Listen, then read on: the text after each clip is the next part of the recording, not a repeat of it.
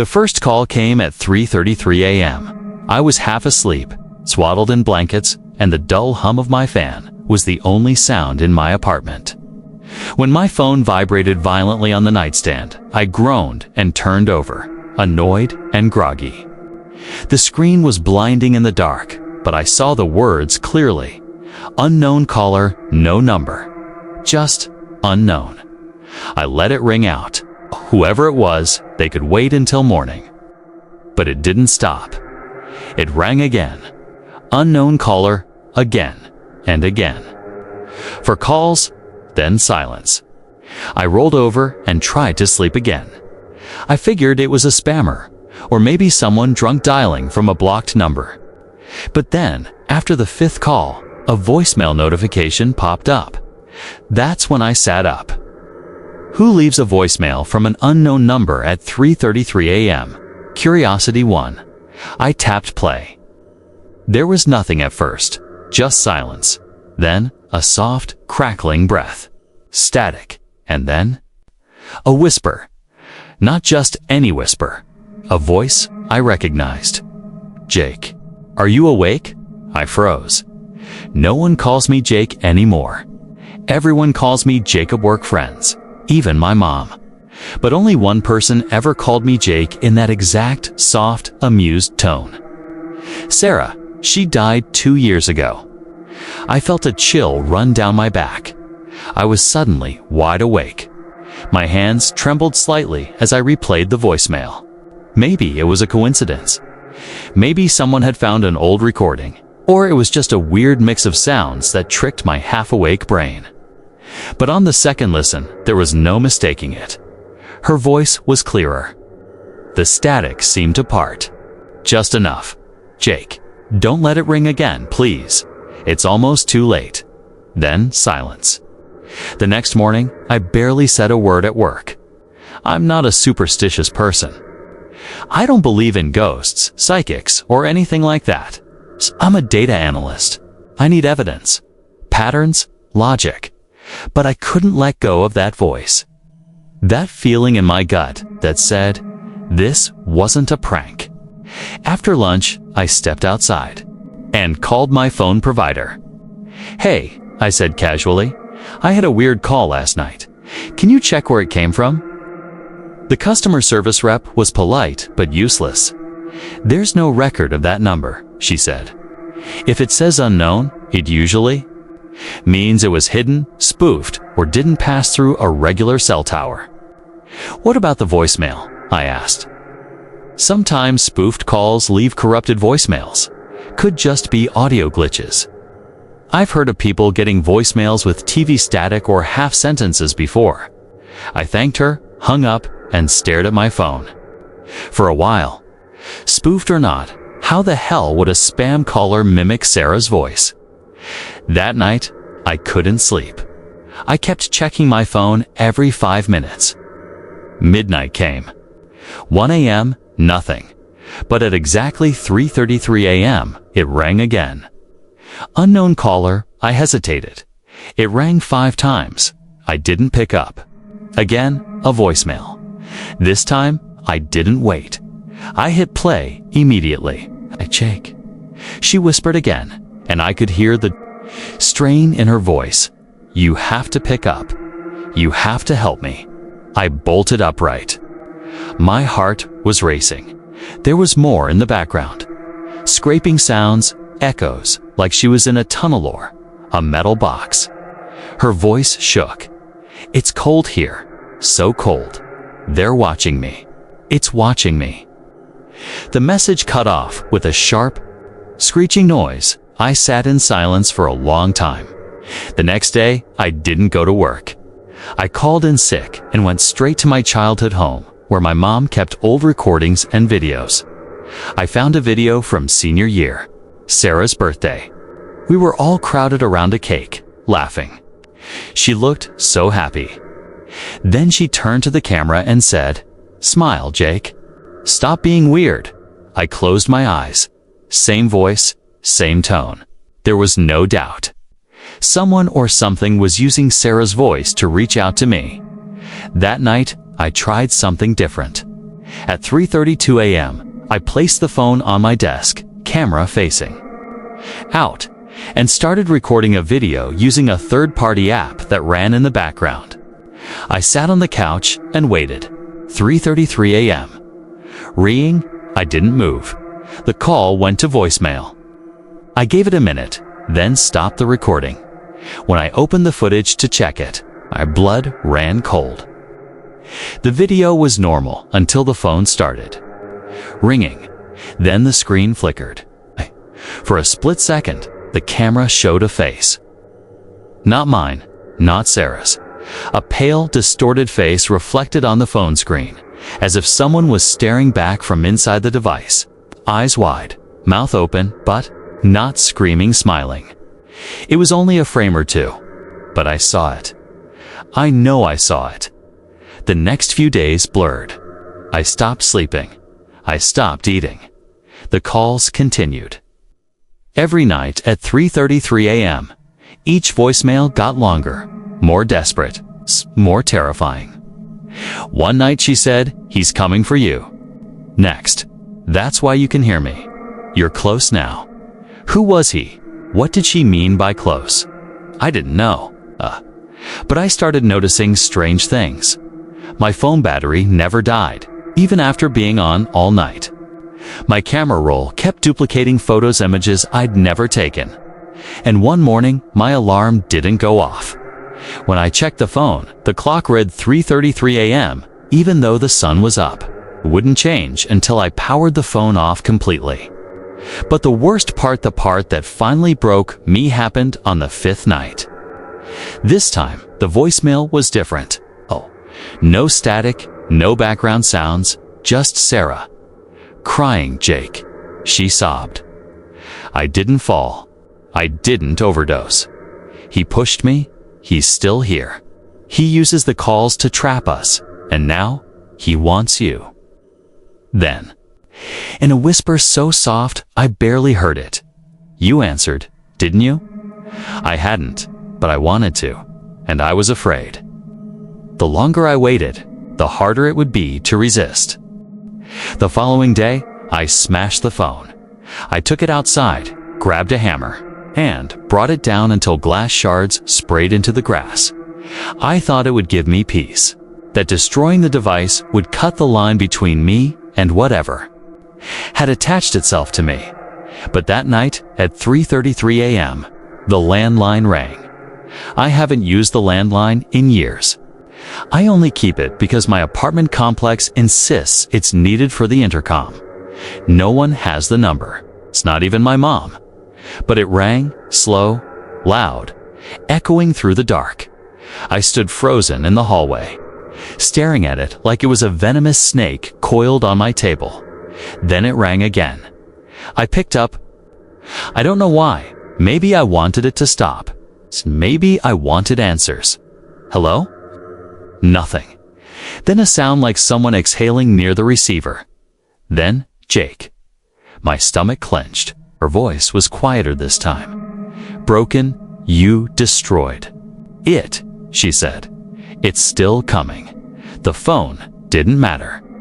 He's already near." I opened my mouth, but no words came out. "You have to run," she whispered. "There's no time left." The line went dead. I left my apartment within minutes. I packed a bag with just clothes, my wallet, and an old flip phone from the drawer. I didn't even bring my laptop. I drove 4 hours. Heading out of the city and into the rural countryside of northern Vermont, a friend owned a family cabin out there, no internet, no phone line.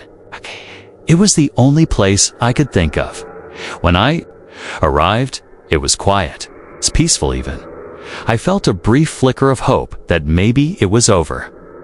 That night, for the first time in a week, I slept. But peace didn't last the second night at the cabin. I heard knocking, 3 slow knocks. They came from the window, not the door. It was 3:33 a.m. I sat up, heart pounding. I didn't want to move. I didn't want to see, but I had to look. I crept to the window and peeled back the curtain just enough. No one was there, only darkness. I turned to go back to bed. But something caught my eye. There was writing on the window. Letters drawn in condensation. He answered. I stared at those words for a long time. I didn't sleep the rest of the night. The next day, called my friend Ryan who owned the cabin. He answered groggily. Hey Jake, everything okay? Yeah, I lied. Quick question. Has anyone else ever stayed here and mentioned anything strange? He was quiet for a second. You mean the knocking? I froze. You've heard it? Yeah, happens sometimes. Thought it was trees or raccoons, but it's always the same time. Weird, right? I didn't respond. I usually just ignore it, he added. Never caused any harm. He had no idea what I was running from. That night, I blocked the windows with blankets. I put my flip phone in a drawer, turned off. I lit a fire, locked every door, and waited at 3:33 a.m. I didn't hear knocking. I heard the phone ringing from the drawer. I hadn't even charged it. I didn't touch it. Teeth clenched. As it rang 5 times, then silence, and then once again. The voicemail tone, I waited until morning to play it. Sarah's voice was hoarse now. Tired? You're too far. She whispered. I can't hold him back out here. There was something else in the background this time. Not scraping or metal. Music? A song. A lullaby? Soft, distant. Like it was coming from a child's music box. I recognized it. It was the song Sarah used to hum to calm herself when she was anxious. She'd play it from an At Moonlight Sonata in lullaby form. He's here, she said, voice cracking. He's in the walls. He's learning you. Every time you answer, he becomes more.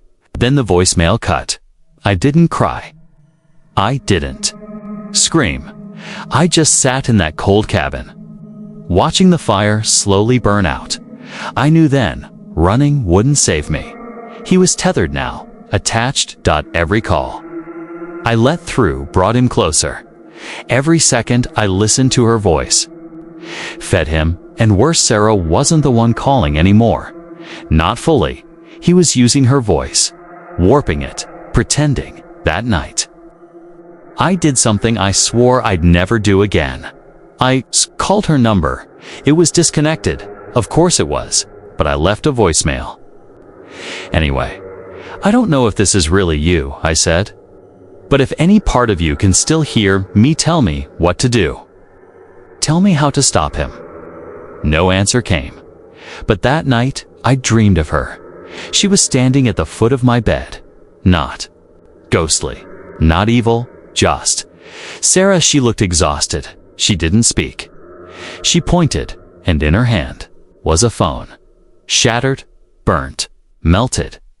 Then I saw what was behind her. A shape, massive, crawling across the ceiling like a spider. Limbs, too long, body, made of writhing cords and static. Its head was a black rotary phone dash, ringing. I woke up screaming and realized I wasn't alone in the cabin anymore. I didn't move for what felt like hours. The air was heavy, thick, with the coppery scent of something wrong. I could hear faint creaks overhead, too slow and deliberate to be the house settling. Something was in the cabin with me. I lay in the dark, pretending to sleep, every nerve in my body screaming. Then I heard the phone. It rang again, but not from the drawer. This time, the sound came from inside the walls, like the cabin itself was ringing. BRRRNG. BRRRNG. I forced myself up, clutching a fire poker from the fireplace. I walked through the cabin slowly, heart pounding. The ringing moved with my always distant, never clear. Luck it was avoiding me. I opened the drawer with the flip phone still off. Battery dead. But the ringing, it didn't stop. It just kept getting closer. Finally, I opened the hatch to the crawl space under the floorboards. Cold air rushed out, and the sound got louder. BRRRNG, BRRRNG. I dropped into the crawl space with a flashlight. Dirt floor, cobwebs, rusted pipes. Nothing unusual until I saw the cable. A thick black phone cable running through the dirt like a vein. It pulsed slightly. I followed it, crawling further under the cabin. Then I saw where it ended. A phone, an ancient rotary phone half buried in the soil. Glowing faintly red, it rang. Once more, BRRRNG, and stopped. I stared at it, and then it rang again, but this time, it wasn't the cabin. It was my flip phone, still dead. Still in the drawer, I scrambled out of the crawl space and ran to it. The screen lit up, no battery percentage, just one thing. Incoming call, unknown. Nye answered it. I don't know why. I just needed it to stop. Jake. Sarah's voice said. But it wasn't tired this time. It was terrified. He's copying me. He's using my voice. He's feeding on your answers. Stop answering. Please, stop. But she was cut off. Then came the other voice. Low, static-filled, almost mused. You've heard me now. It said, you belong. The call ended. I threw the phone across the room. It shattered, but the ringing didn't stop. Now every device I had, my Bluetooth speaker, my old TV, even the microwave started ringing. They were all vibrating with that sound. That's sick. Unnatural BRRRNG. I drove back into town at sunrise. I needed help. I went to the one place I thought might have answers. The library, specifically. The town archives. I told the clerk I was researching strange phone-related urban legends. She looked at me funny, but led me to the basement. Dusty files. Faded newspapers, and then I found it. An article from 1979. Town mourns. Phone line tragedy. Maintenance crew found dead in tunnel collapse. I read every word. A group of telecom workers were digging a new line beneath a residential area. They went off-plan, chasing a strange echo from the tunnels. 3 of them vanished. When they were found days later, they were still holding their phones. Their bodies twisted like they'd been electrocuted from the inside. Witnesses claimed. They'd received phone calls from the missing workers before they were found. Calls that ended with static and a lullaby. Moonlight Sonata. My stomach dropped. I looked deeper, found an old forum entry from 2002, someone describing ghost calls coming from dead relatives.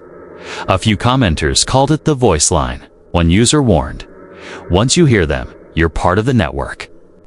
Doesn't matter if they're dead, doesn't matter if you don't answer. Just hearing it means he knows your voice. And then it begins. I went home, defeated, back to my apartment. Maybe I should have stayed in the cabin. Maybe I shouldn't have come back at all, because waiting for me was a package, no return address, just my name, handwritten. I opened it. Inside, a cordless phone. Still turned on, still blinking. It had one saved voicemail. I hit play. At first, only silence. Then Sarah's voice, clearer than ever. But she wasn't speaking to me. She was screaming my name. Screaming, don't listen. And then came the sound. Not static, not music. Something worse. A low, vibrating moan like hundreds of voices trying to speak at once through broken speakers. And beneath it, laughter. I dropped the phone. Then it rang again. This time, the caller ID showed something new. Me. I stared at the screen. Me? It was like the phone was mocking me. I didn't want to answer. Every part of me screamed not to. But I couldn't ignore it, not when the last message came from Sarah. Not when it knew my name. I answered. Silence. Then static. Then breathing. Then my own voice. Jake, it said, in my tone. My rhythm. You shouldn't have answered. Now, we're the same. And the line cut. I dropped the phone. It didn't matter anymore. This thing wasn't just calling me. It was learning me, copying me, replacing me. And now it was spreading. That night, I had friends over Lena, Aaron, and Donnie. I needed witnesses, someone to confirm I wasn't crazy. I told them everything. They didn't believe me. Not fully. Then Aaron's phone rang. Unknown number. He laughed and picked it up. Wrong number, he said, and put it down. But seconds later, his Bluetooth earbuds started buzzing, ringing, though no device was connected. Then Donnie's smart TV turned on by itself, showing black and white footage of me sleeping in the cabin. It was grainy, flickering, but undeniably real. "Jake, what is this?" Lena whispered. "I don't know." Suddenly, all the lights went out. Every screen in the apartment glowed red. The phones rang in unison, and the voice spoke. Again, this time from the ceiling speakers, the microwave, the television. "We are many. You are mine." Lena screamed and ran out. Donnie followed, crying. Aaron stayed. He shouldn't have, because a second later he dropped to the ground, convulsing. His phone was in his hand. The screen flashed. "Answer or die." I threw it across the room. The call stopped. Aaron sat up, coughing, pale and shaking. "Jake," he whispered. "It's not just a voice. It's inside." The next day, I found a video file in my inbox. No sender, no subject. Just a file titled tomorrow.mp4. It was dated. For the next day, I played it. It showed my apartment, me, asleep on the couch. Then a shadowy figure stepped out from the hallway, tall, gaunt, face blurry. It moved toward me, slow and mechanical, and then it placed a phone next to my head. It whispered, "This is your final ring." I paused the video, heart racing. The timestamp was 4:17 a.m. tomorrow. I had less than a day. I ran to the police. They didn't help. Told me to get rest. I went to a priest. He blessed me. Told me to get rid of all electronics.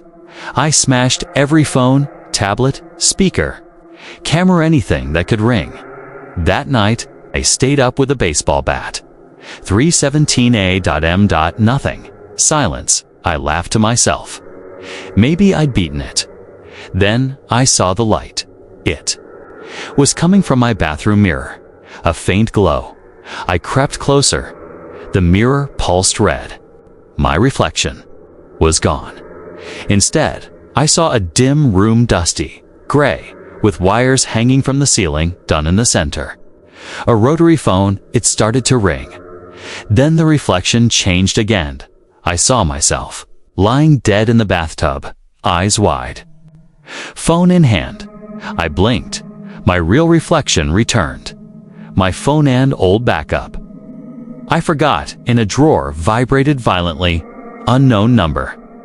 This time, the name on the caller ID said, Sarah, deceased. I picked it up. Her voice came again, but weaker now. They're not ghosts. They're echoes. They feed on belief. On sound. When you answer, they record you. And then they overwrite you. How do I stop it? I asked. You can't, she whispered. But you can delay it. Never speak back, never answer again, and destroy the origin. The origin. She cried softly. The phone in the crawl space. It's a transmitter. A beacon. Before I could ask more, the line went dead. The mirror shattered. I packed a bag and drove back to the cabin at dawn, with no electronics. I knew what I had to do. I stood at the edge of the woods, watching the fog curl around the twisted trees like fingers. The cabin was just as I left it, silent, hunched, half swallowed by moss and time. But something about it felt wrong, off, like the land itself had shifted, like the world knew I was back. I left every device in the car. No phone, no watch, no earbuds, nothing that could ring, vibrate, or echo. Just me and a crowbar. I kicked the cabin door open and stepped inside. The air was thick, not with dust or mold, but with pressure. like sound trying to form, like something holding its breath.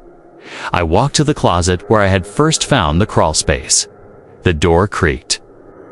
The same black opening stared back at me. I dropped to my knees and crawled in, crowbar in hand. The wood groaned beneath me, and the deeper I went, the more I could hear something beneath the silence, like wires humming, like whispered voices behind glass. I reached the far end of the crawl space.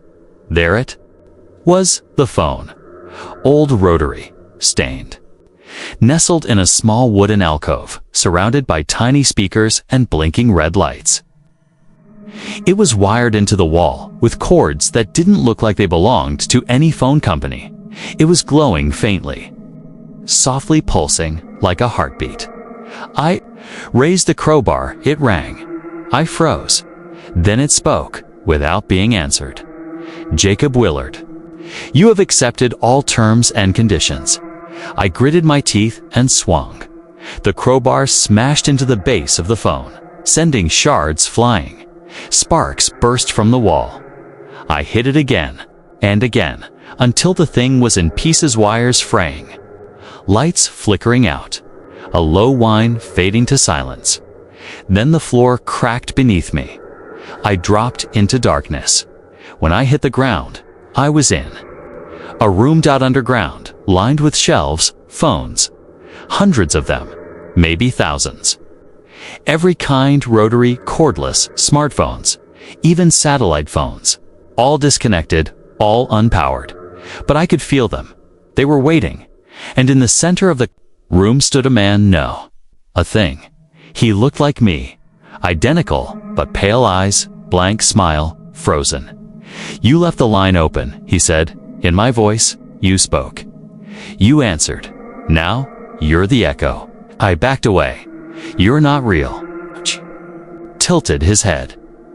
Neither are you. Not anymore. Suddenly, all the phones began to ring at once.